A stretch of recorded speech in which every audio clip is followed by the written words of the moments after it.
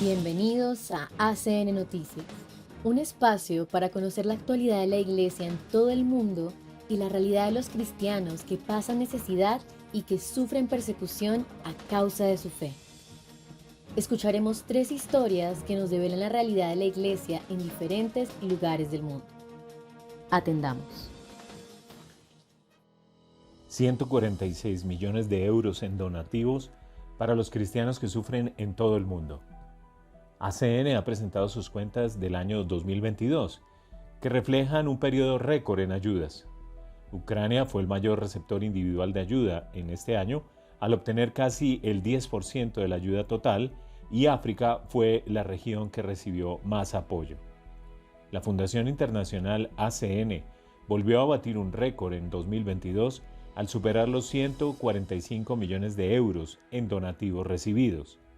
ACN no recibe dinero ni de estados ni de otras ONG, lo que significa que toda esta ayuda solo ha sido posible gracias a la generosidad de más de 364,000 benefactores particulares que durante 2022 donaron un total de 145.995.000 euros, casi 13 millones más que en 2021. En un mensaje dirigido a los benefactores, el saliente presidente ejecutivo internacional de ACN, Thomas Heinegalder, afirma que con gratitud y humildad vemos que el Todopoderoso ha vuelto a bendecir nuestra labor y que nuestros benefactores han escuchado los gritos de nuestros hermanos cristianos en apuros. Gracias a eso, podemos mirar con confianza hacia un futuro en el que nuestra ayuda seguirá siendo necesaria. Junto con 2,7 millones de euros de reserva de años anteriores, en 2022 se financiaron actividades por valor de 148,7 millones de euros. De esta cantidad total, el 82,6%, es decir, 122,8 millones de euros, se dedicó a actividades relacionadas con la misión, es decir, a la financiación de proyectos concretos y a las labores de información, defensa de cristianos y evangelización que caracterizan la misión de ACN. El 17,4% de los gastos totales, es decir, 25,9 millones de euros, se destinaron a la administración, 6,7%, y a la obtención de fondos, 10,7%.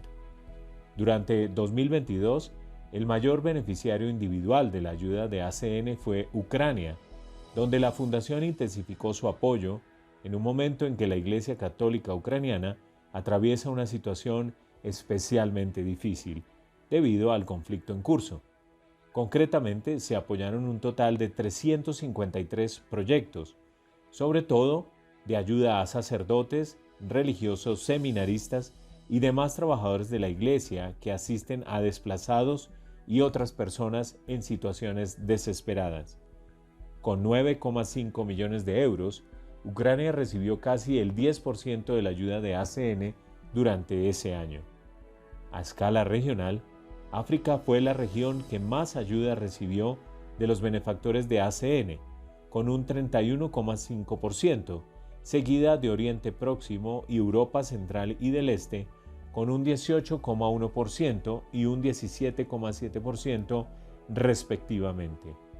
Latinoamérica recibió el 16,7% de las ayudas y Asia y Oceanía el 14,6%, mientras que el 1,4% restante se destinó a otras zonas. Además de la cantidad asignada a proyectos de ayuda, 15,7 millones de euros se destinaron a labores de información, evangelización y defensa de cristianos perseguidos, incluidas la publicación de literatura religiosa, las campañas de oración y de abogacía a favor de los intereses de los cristianos perseguidos y necesitados. La ayuda de ACN se tradujo en 972 proyectos de construcción y reparación, de los cuales más de un tercio fueron de iglesias o capillas. Y también se representó en 1.253 vehículos, entre ellos 564 automóviles, 252 motos, 16 barcos, 11 buses y 4 camiones, así como 406 bicicletas para facilitar a los agentes pastorales el desempeño de sus misiones, especialmente en África y Latinoamérica. La fundación también apoyó a más de 40.000 sacerdotes con estipendios de misa y además a cerca de 21.000 religiosas, así como a casi 14.000 futuros sacerdotes. En total, ACN financió 5.702 proyectos, es decir, 404 más que en 2021. Los proyectos se materializaron en 1.199 diócesis, más de un tercio de todas las diócesis católicas, en 128 países. El mayor proyecto, con casi 1 millón de euros, fue la renovación de un centro parroquial parcialmente destruido en Irak, y el más pequeño, un programa de formación en Colombia financiado con 300 euros. Los resultados financieros de ACN a escala mundial los audita la empresa PwC, PricewaterhouseCoopers. Los católicos nigerianos escandalizados por la admisión pública de discriminación religiosa en Kaduna. En un video, el exgobernador del estado de Kaduna admite que su partido beneficia a las comunidades musulmanas ya que no necesita el voto cristiano. Enfurecidos por esta actitud, los sacerdotes católicos de la diócesis han exigido al actual gobernador que se distancie de su predecesor. Los cristianos nigerianos han manifestado su consternación y conmoción por un video en el que el exgobernador del estado de Kaduna admite que su partido, el Congreso de Todos los Progresistas, APC por sus siglas en inglés, practica habitualmente la discriminación religiosa. El video muestra a Nasir El-Rufai, que dirigió el estado durante 8 años, hablando ante un grupo de clérigos musulmanes, mientras el actual gobernador, Uba Sani, permanece sentado a su lado. Durante su discurso, El-Rufai explica a los clérigos por qué no incluyó a cristianos en el gobierno local. Los que no son musulmanes no votan a nuestro partido, al menos la mayoría de ellos. Así que, ¿por qué iba a cederles el puesto de vicegobernador? Hice mis cálculos y supe que podíamos ganar las elecciones sin hacerlo, afirmó. A continuación, habla largo y tendido de cómo su partido siempre ha tratado con justicia a musulmanes y cristianos, aunque parece referirse solo a la no opresión de los cristianos, ya que admite abiertamente que favorece a las circunscripciones musulmanas. Por supuesto, Cubao, una zona musulmana, fue la que más nos votó, así que haré algo más por Cubao porque nos votaron. Lo que haré por Java, una zona cristiana, será una parte de lo que haré por Cubao porque Java no nos votó, afirmó. El-Rufai dice a los clérigos musulmanes reunidos que le aplauden con entusiasmo en todo momento que esto es lo que aprendió de ellos. Lo que ustedes, musulmanes y ulemas, nos enseñaron es que el liderazgo en el Islam tiene que ver con la justicia, dice y añade. Nadie puede decir que ha sido oprimido por no ser musulmán, pero uno da preferencia a quien le apoya. A continuación, el exgobernador insta a su audiencia a garantizar que los musulmanes sigan dominando la política local en el futuro. Así, cuando Uba Sani termine su mandato y sea reelegido de nuevo, serán 16 años. Dice El-Rufai, quien cumplió el mismo 8 años antes de pasar el testigo al actual líder. Luego tendremos otro mandato, lo que hará 24 años.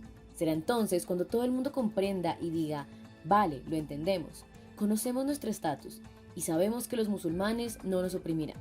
Eso es todo, y veréis que habrá paz. Juro por Dios que este ha sido nuestro plan desde el primer día que lanzamos el APC en el estado. En reacción a estas declaraciones, enviadas también a ACN, un grupo de sacerdotes católicos ha escrito al actual gobernador exigiéndole que se distancie de El-Rufai. Representantes de la Asociación de Sacerdotes Diocesanos Católicos de Kaduna, Zaria y Kafanchan, todas ellas ciudades del estado de Kaduna, han calificado los comentarios de declaración divisoria, intolerante, odiosa e impropia de un estadista, fruto de la supremacía islámica de la política en el estado de Kaduna y en Nigeria. Lejos de sentirse tratados de forma equitativa, los sacerdotes afirman que nosotros y nuestras comunidades hemos sido las principales víctimas de las atrocidades de un gobierno ineficaz, sobre todo en los últimos 8 años, y que concretamente, como sacerdotes, nuestra asociación casi ha perdido la cuenta de los miembros que sufren permanentemente amenazas, secuestros y asesinatos, explican en el documento enviado a la Fundación. Según cifras recogidas por ACN, tan solo en el último año y medio, 11 sacerdotes han sido secuestrados en todo el estado de Kaduna. Uno de ellos apenas el domingo 11 de junio.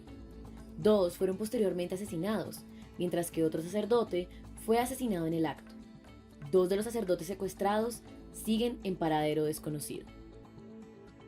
Eso sin contar los numerosos pastores de otras denominaciones y las incontables comunidades cristianas que están siendo constantemente asaltadas, saqueadas e incendiadas, y cuyos habitantes son secuestrados para pedir rescate o asesinados sin que ninguno de los perpetradores sea procesado y sin recibir los supervivientes ningún apoyo de la Agencia Estatal de Gestión de Emergencias o de la Agencia Nacional de Gestión de Emergencias, ni de ninguna otra agencia gubernamental. La única respuesta que suelen recibir del gobierno son acusaciones extravagantes e inhumanas de haber provocado a los asesinos, calificando estas atrocidades de venganzas justificadas, además de la imposición de toques de queda punitivos y la proscripción de asociaciones socioculturales y de desarrollo de algunas comunidades. Se quejan los sacerdotes. Señor gobernador, para cualquier mente despierta, esto no solo es una prueba de la discriminación y las provocaciones que han venido soportando la mayoría de los cristianos, solos o en comunidad en nuestro estado, especialmente durante el gobierno del exgobernador Nasir el-Rufai. Es también una explicación de las numerosas injusticias de su administración, de la distribución desigual de los recursos del Estado, de los asesinatos y secuestros que afectan a las zonas predominantemente cristianas y de la impudicia, y en ocasiones desdeñosa, reacción del gobierno a las llamadas de socorro de las víctimas. Además, los sacerdotes expresan su consternación por el hecho de que los que aplauden al Rufai sean los mismos clérigos con los que hemos mantenido un constante diálogo y debate sobre cómo contribuir a afianzar la armonía, la paz y el respeto mutuo de nuestras diferentes creencias religiosas. Son esos mismos clérigos a los que hemos llamado amigos y socios en el diálogo interreligioso, los que ahora parecen apuñalar a sus amigos por la espalda. No obstante, los firmantes católicos de esta carta insisten en que conceden al actual gobernador el beneficio de la duda. Nos dirigimos a usted porque queremos que tenga éxito. La religión debería ocupar el lugar que le otorga la Constitución y nunca debería utilizarse para encubrir la incompetencia y el fracaso. La paz y el progreso de nuestro Estado nunca debería usarse como moneda de cambio por un terrible cálculo de la política. Le aseguramos nuestro irreductible apoyo y nuestras oraciones, y confiamos en que Dios le dará la sabiduría para gobernar y conferir al Estado de Kaduna una reputación envidiable entre los demás estados. Escriben los sacerdotes. Mozambique, la Iglesia, centra en promover el diálogo interreligioso en un norte azotado por el terrorismo. La Iglesia Católica ha venido desempeñando mediante el diálogo un papel discreto, pero importante, que podría contribuir al fin del azote de violencia terrorista en el norte de Mozambique. El padre Eduardo Roca fundó en 2017 el Centro Interreligioso por la Paz en la diócesis de Pemba. Fue en ese mismo año cuando comenzaron los atentados terroristas en Cabo Delgado. La Iglesia Católica no solo está preocupada, sino también implicada y decididamente empeñada en hacer todo lo posible porque haya negociaciones de paz, afirma este socio de proyectos de ACN que trabaja en Maate, diócesis de Pemba, desde el 2012. Este compromiso existe a nivel religioso, pero también a nivel académico y entre las comunidades locales. Las palabras del sacerdote llegan en un momento en que se están produciendo nuevos intentos de establecer un diálogo para poner fin a la violencia armada. La Iglesia se encuentra en una posición privilegiada, pero ello debido a su presencia sobre el terreno y al contacto que mantiene incluso con las comunidades más pequeñas y remotas.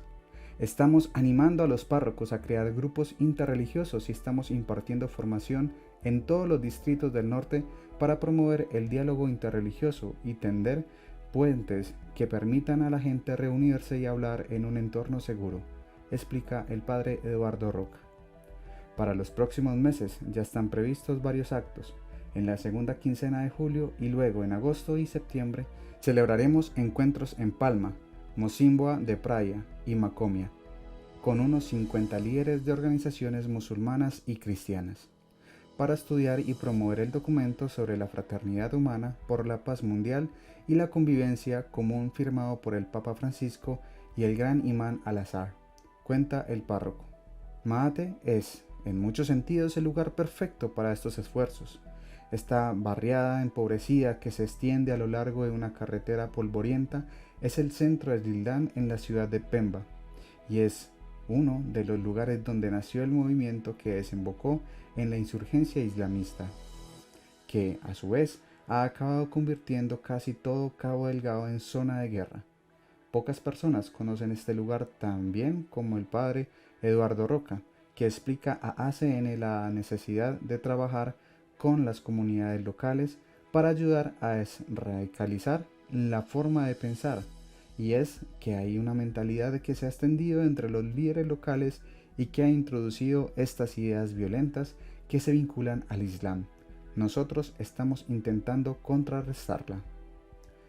La implicación de la Iglesia en un proceso de paz para Cabo Delgado fue anunciada en una nota pastoral de los obispos de Mozambique en noviembre del año pasado.